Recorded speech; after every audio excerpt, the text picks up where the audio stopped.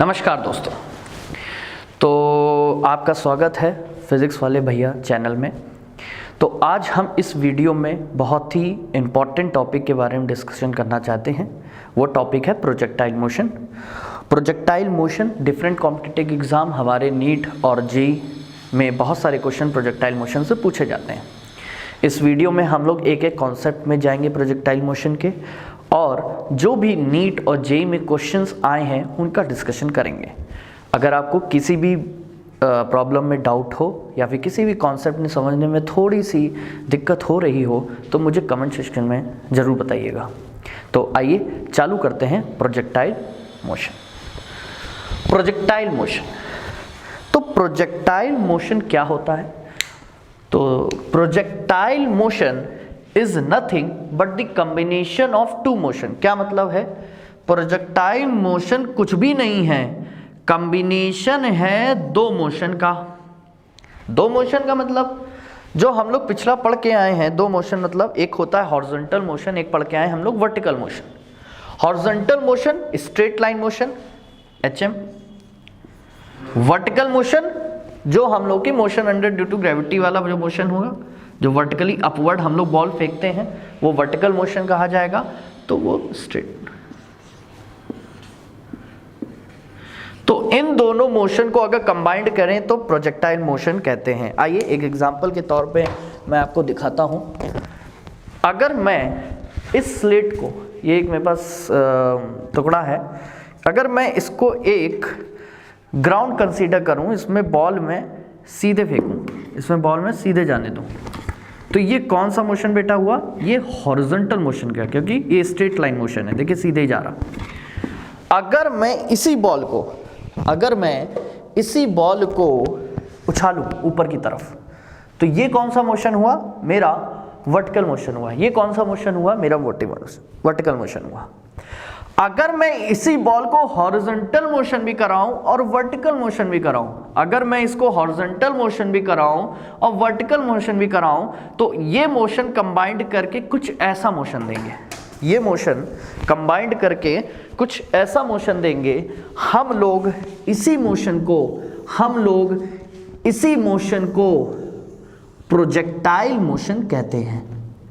हम लोग इसी मोशन को क्या कहते हैं? प्रोजेक्टाइल मोशन कहते हैं। या मैंने हॉरिजॉन्टल मोशन को HM से डिनोट किया है, वर्टिकल मोशन को VM से डिनोट किया है, प्रोजेक्टाइल मोशन को PM से डिनोट किया है। तो बात आपको समझ में आ गई होगी। जब दो मोशन आपस में जुड़ते हैं तो जन्म एक मोशन का होता है, उस मोशन को हम लोग प्रोजेक्टाइल मोशन कहते हैं।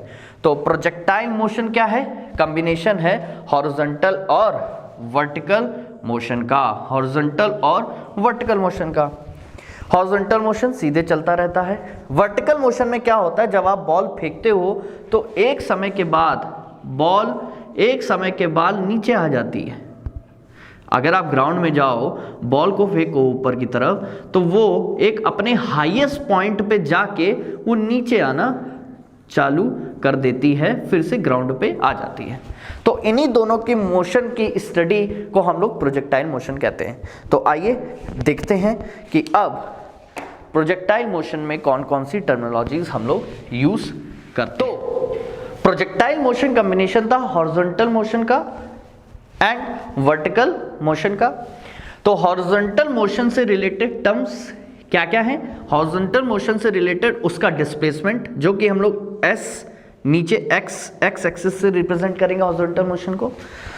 उसका एक्सेलरेशन AX, ये हम लोग एक्सेलरेशन अलोंग हॉरिजॉन्टल मोशन।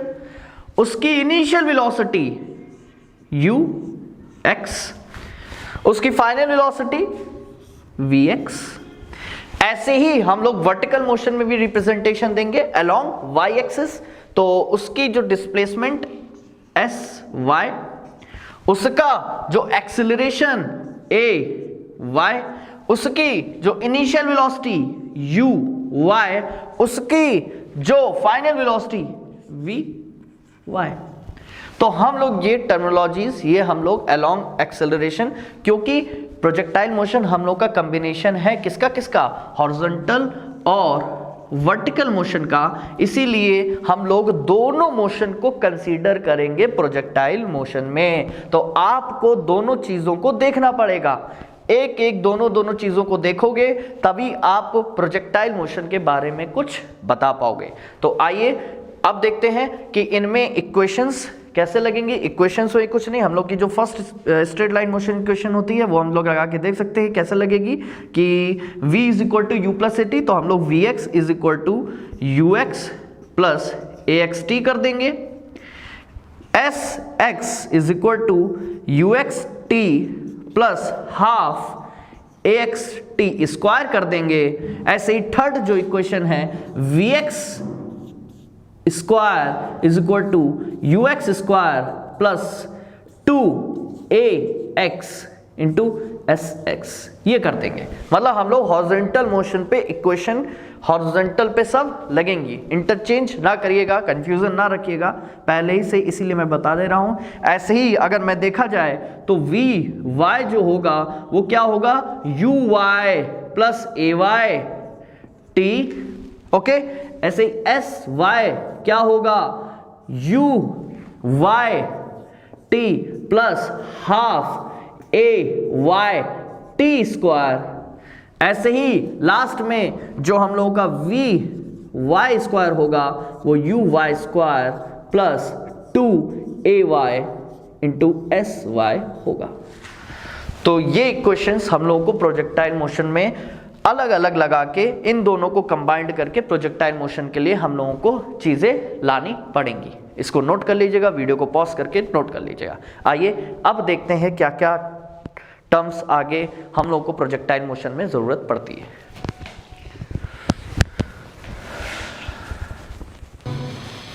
जैसा हम लोग जानते हैं प्रोजेक्टाइल मोशन कॉम्बिनेशन है हॉरिजॉन्टल और वर्टिकल मोशन का।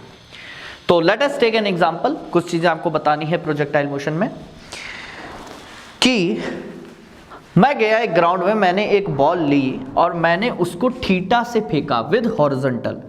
ये मैंने बॉल है, मैंने इसको व्यू वेलोसिटी से फेंका विद एन एंगल थीटा जो हॉरिजॉन्टल से बना रहा है, कुछ ऐसे।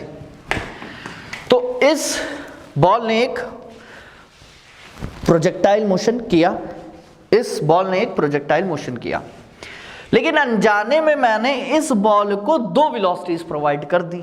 हाँ, कैसे? तो मैंने इसको एक हॉरिजॉन्टल वेलोसिटी प्रोवाइड करी जो कि ये है, मैंने इसको एक वर्टिकल वेलोसिटी प्रोवाइड करी जो कि अपवर्ड है। तो आप सर कहोगे यू है, थीटा है, इसमें हॉरिजॉन्टल क्या है? तो बात वही वेक्टर के एनालिसिस में आ जाती है। तो वेक्टर क्या कहता था कि जब भी कोई vector with an angle theta है आप उसको दो कंपोनेंट में तोड़ सकते हो। तो इसका हॉरिजॉन्टल कंपोनेंट क्या होगा, यू कॉस थीटा,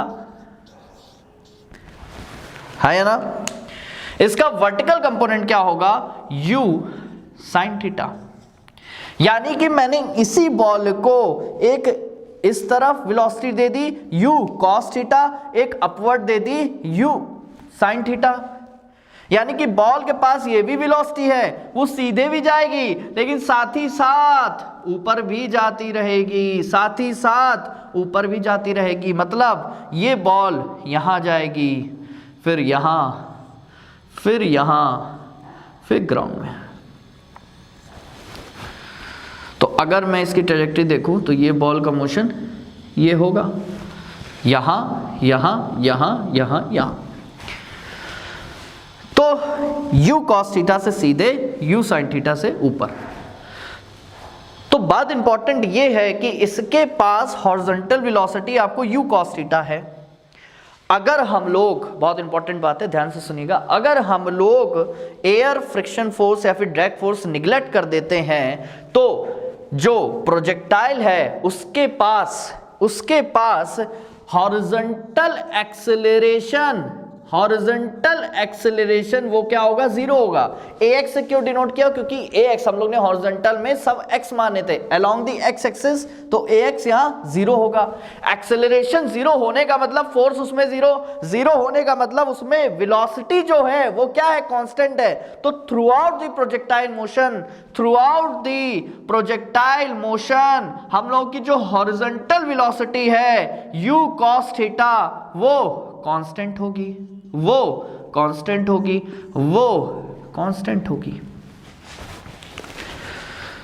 अब आ जाते हैं वर्टिकल मोशन की। तो आपने वर्टिकल में कौन सी वेलोसिटी दी, u sin थीटा पे आपने वर्टिकल वेलोसिटी दी, लेकिन ये बॉल ऊपर जाके नीचे आ जा रही है। ऐसा क्यों, क्योंकि हर वर्टिकल मोशन में एक एक्सेलरेशन होता है, आपको मालूम होगा। वो एक्सेलरेशन हम लोग माइनस जी कहते हैं। वो माइनस जी क्या कहलाता है, एक्सेलरेशन ड्यू टू ग्रेविटी। क्यों, क्योंकि वो ग्रेविटेशनल फोर्स से प्रोवाइड होता है। तो ये बॉल ऊपर जाके नीचे आ गई, तो यानी कि ये बॉल ऊपर गई, यू साइन थीटा ऊपर तक गया, लेकिन यहां एक समय पे 0 हो गया। तो हाईएस्ट पीक पे जब ये हाईएस्ट पे पहुंचा, इसके पास केवल u cos थीटा था, u sin थीटा 0 हो गया। लेकिन जैसे ही फिर नीचे आने की शुरुआत हुई, यही u sin थीटा की डायरेक्शन बदल गई, तो ये बॉल नीचे आने लगी।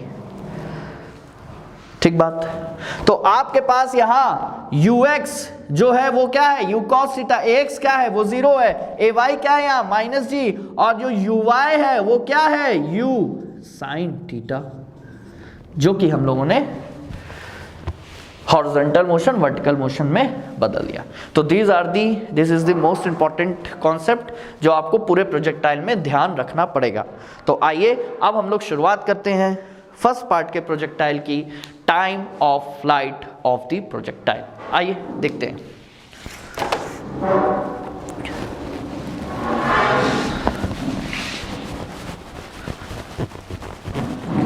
तो आइए देखते हैं time of flight of projectile क्या है। मैंने time of flight of projectile को t.o.p से रिप्रेजेंट कर दिया है। अगर आप एक u velocity with an angle theta with horizontal करते हो, तो ये प्रोजेक्टाइल यहाँ जाएगा और यहाँ रुक जाएगा। इसी प्रोजेक्टाइल को टोटल टाइम होने को हम कैपिटल T कहते हैं, रिप्रेजेंटेशन इसका कैपिटल T का होता है। ये यहाँ जाएगा प्रोजेक्टाइल, तो आधी दूरी पे यहाँ इसका पीक आएगा, हाईएस्ट पॉइंट आएगा, जहाँ हम लोगों की वर्टिकल वेलोसिटी 0 नहीं होगी, आपको मालूम है। फिर ये जाके यहाँ आ जाएगा, तो टोटल टाइम को हम लोग कैपिटल T, यही टाइम ऑफ फ्लाइट हमें फाइंड आउट करना होता है। तो कैसे हम लोग करेंगे, अगर मैं कहूँ मैं आधी दूरी को, प्रोजेक्टाइल की आधी दूरी कब आएगी, जब उसका हाईएस्ट पॉइंट आएगा, आधा इतना गया फिर आधा नीचे गया। अगर मैं आधी दूरी के टाइम को स्मॉल t कह दूं, तो स्मॉल t, ये भी स्मॉल t, तो total t plus t is 2t, यानी कि small t is equal to capital T by 2। यानी कि इस टोटल टाइम का आधा टाइम कब, जब यहाँ पे जो भी बॉल है हाईएस्ट पॉइंट पे होता है, तो इसमें क्या स्मॉल t मैंने कंसीडर कर लिया। इस हाईएस्ट पॉइंट में एक और विशेषता है कि यहां हम लोग की वर्टिकल वेलोसिटी क्या होती है, 0 होती है। जाहिर सी बात है, आपने वो बॉल जब उछाली थी, जब बॉल ऊपर की तरफ गई थी, तो एक समय पे फिर वो नीचे आने लगी थी। तो इस जगह जो इसका पीक है, हाईएस्ट पॉइंट है, यहाँ पे इसके पास वेलोसिटी 0 होती, वही वर्टिकल वेलोसिटी वहां 0 होगी। तो यहाँ क्या होगा, जो Vy है वो यहाँ 0 होगा।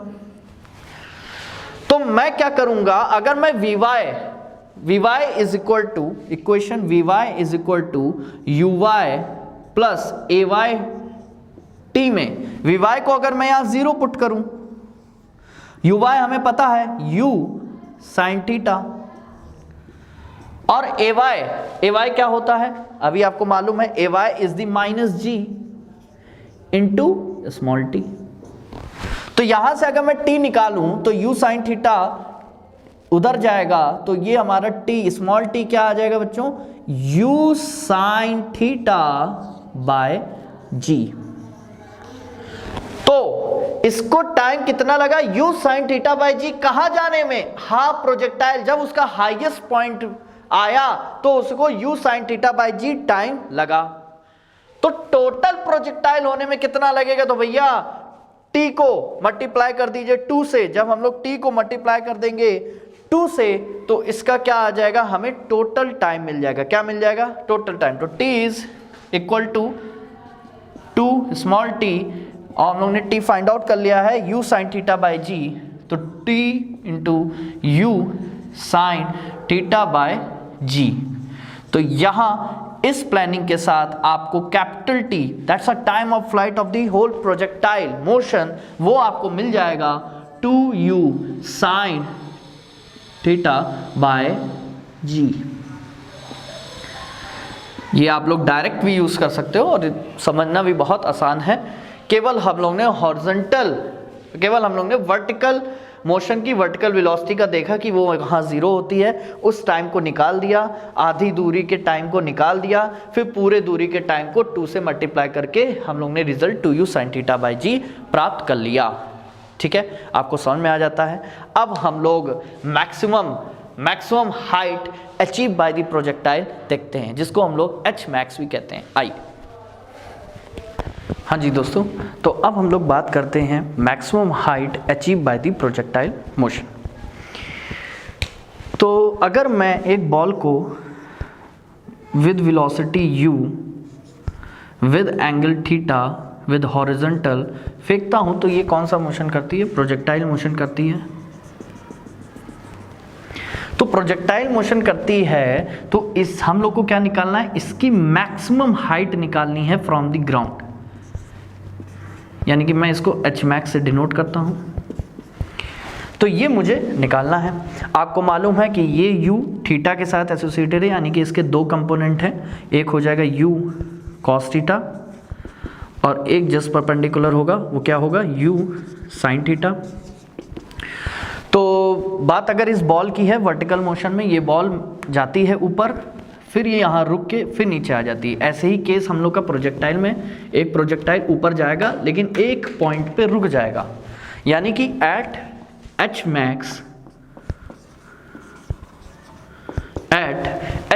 क्या हो रहा होगा, एट एच मैक्स Vy है वो क्या हो रहा होगा, 0 हो जाएगा होगा। Vy यहाँ क्या हो रहा होगा, 0 होगा, यानी कि जो वर्टिकल वेलोसिटी है वो 0 हो रहा होगा। तो अब इक्वेशन ऑफ मोशन हम लोग को क्या गिवन होती है, Vy का square is equal to Uy का square plus 2Ay into Sy। अगर Vy 0 है तो Sy क्या है, h मैक्स है, तो Vy पुट कर दीजिए 0 का स्क्वायर इज 0। Uy क्या है, Uy हमारा है u sine theta plus 2। Ay हमारा क्या है, वर्टिकल मोशन में हम लोग के पास जो एक्सेलरेशन है वो क्या होता है, -g इंटू Sy यहाँ क्या है, h max, maximum height achieve by the projectile.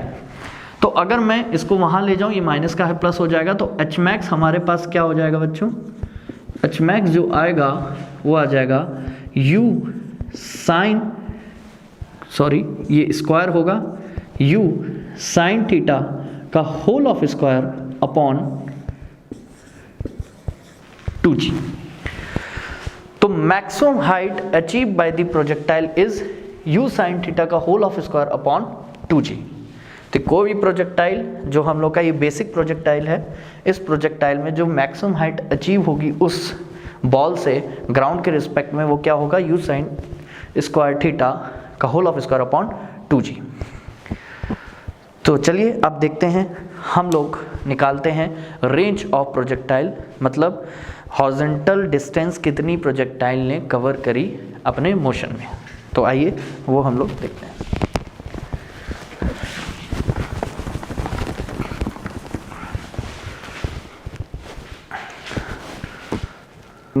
हम लोग रेंज कैसे निकालेंगे प्रोजेक्टाइल की। तो रेंज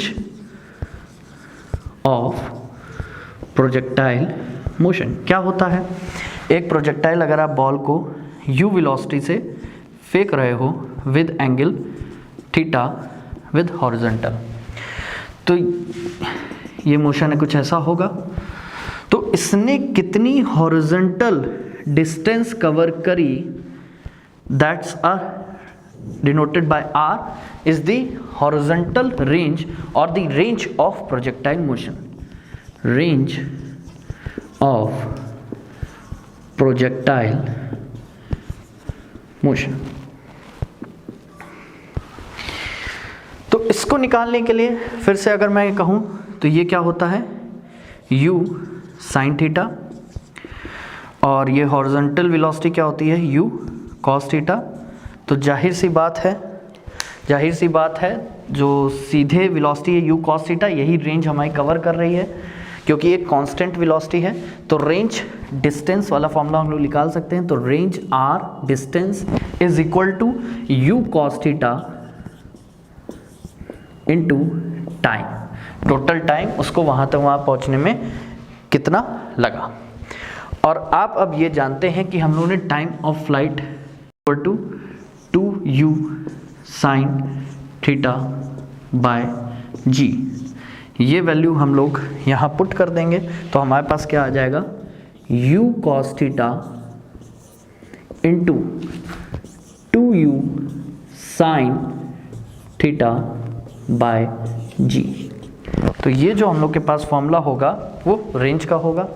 अगर मैं इसको और सिंप्लीफाई करूं तो ये क्या बन जाएगा, 2u square sine theta cos theta by g,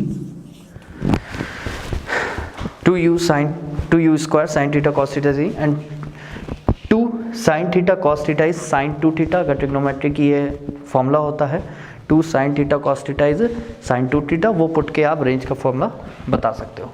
तो range of projectile is 2u square sine theta cos theta by ji.